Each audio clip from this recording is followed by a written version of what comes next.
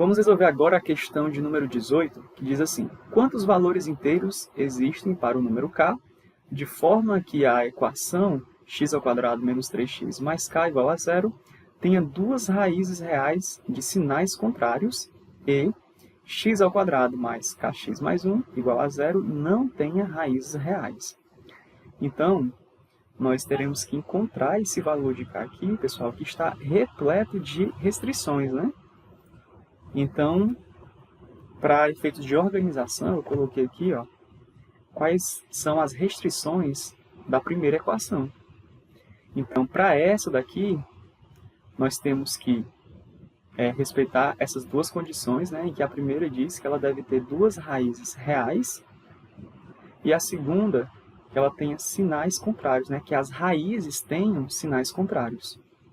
Já na outra equação, a gente tem apenas uma restrição, que é não possuir raízes reais. Então, vamos lá.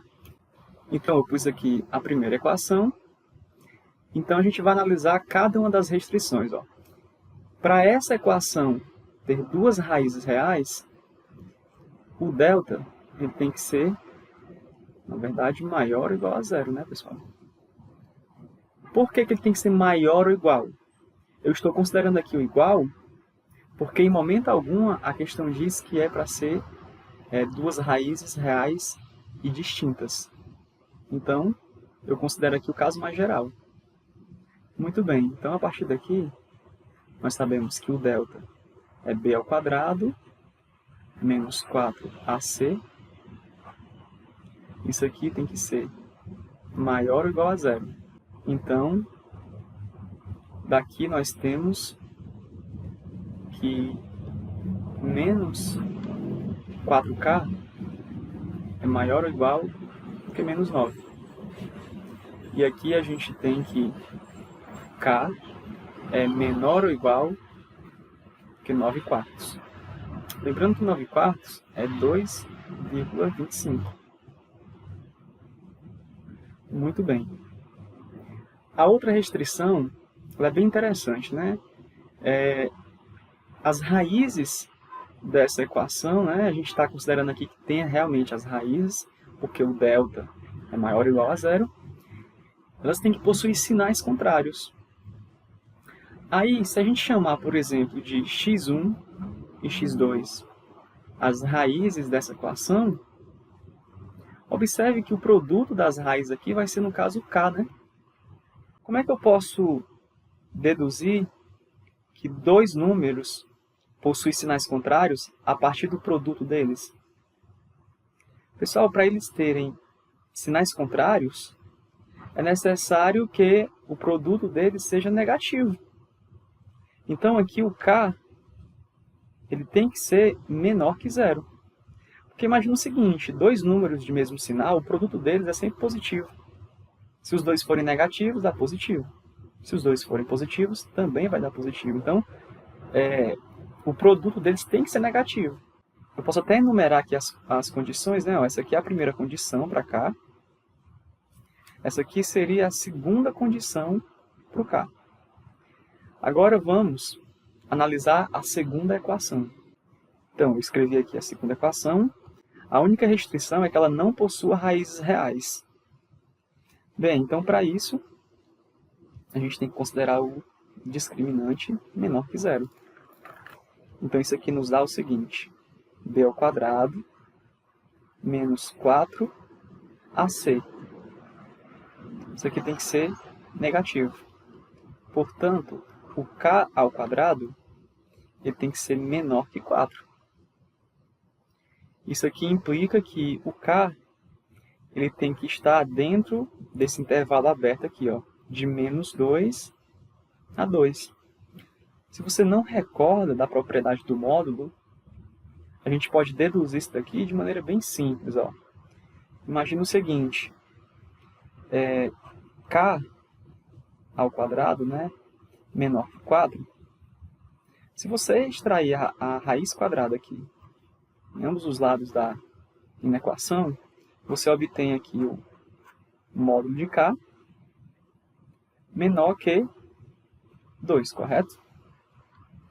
Acontece que Se o k for positivo, então nós temos que k é menor que 2. Né? Se ele for positivo, o módulo dele é ele próprio. Porém, se ele for negativo, isso aqui vai ser menos k menor que 2. Só que menos k menor que 2, eu posso escrever isso daqui como sendo k maior que menos 2. Basta multiplicar aqui por menos 1, né? Então, juntando essas duas informações aqui, ó, eu encontro essa informação. Ou seja, o k ele tem que ser maior do que menos 2 e menor que 2. Então, essa daqui é a nossa terceira restrição. Então, pessoal, agora eu vou fazer o seguinte. Ó. Existem várias maneiras agora da gente finalizar essa questão, mas eu vou adotar uma maneira que eu considero uma das mais didáticas, que é a seguinte. Se nós temos 3 restrições aqui para cá, nós temos que encontrar a interseção dessas restrições. Então, eu vou desenhar aqui, ó. Vou desenhar aqui 3 retas. Isso aqui representa, né, a reta real.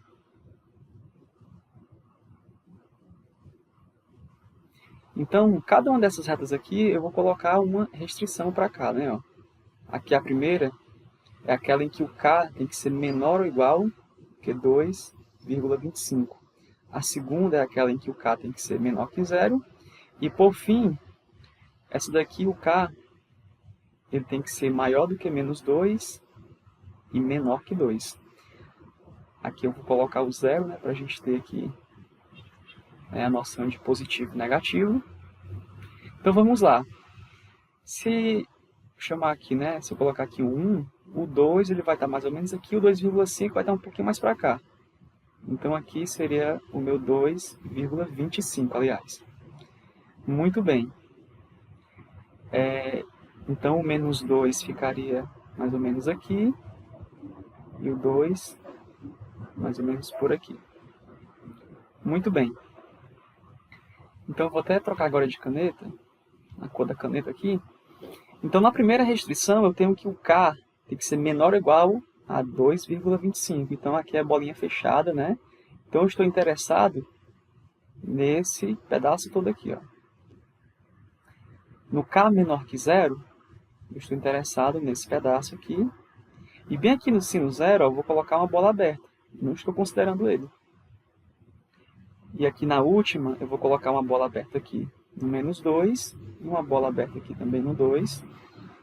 Eu estou interessado agora nesse pedaço aqui.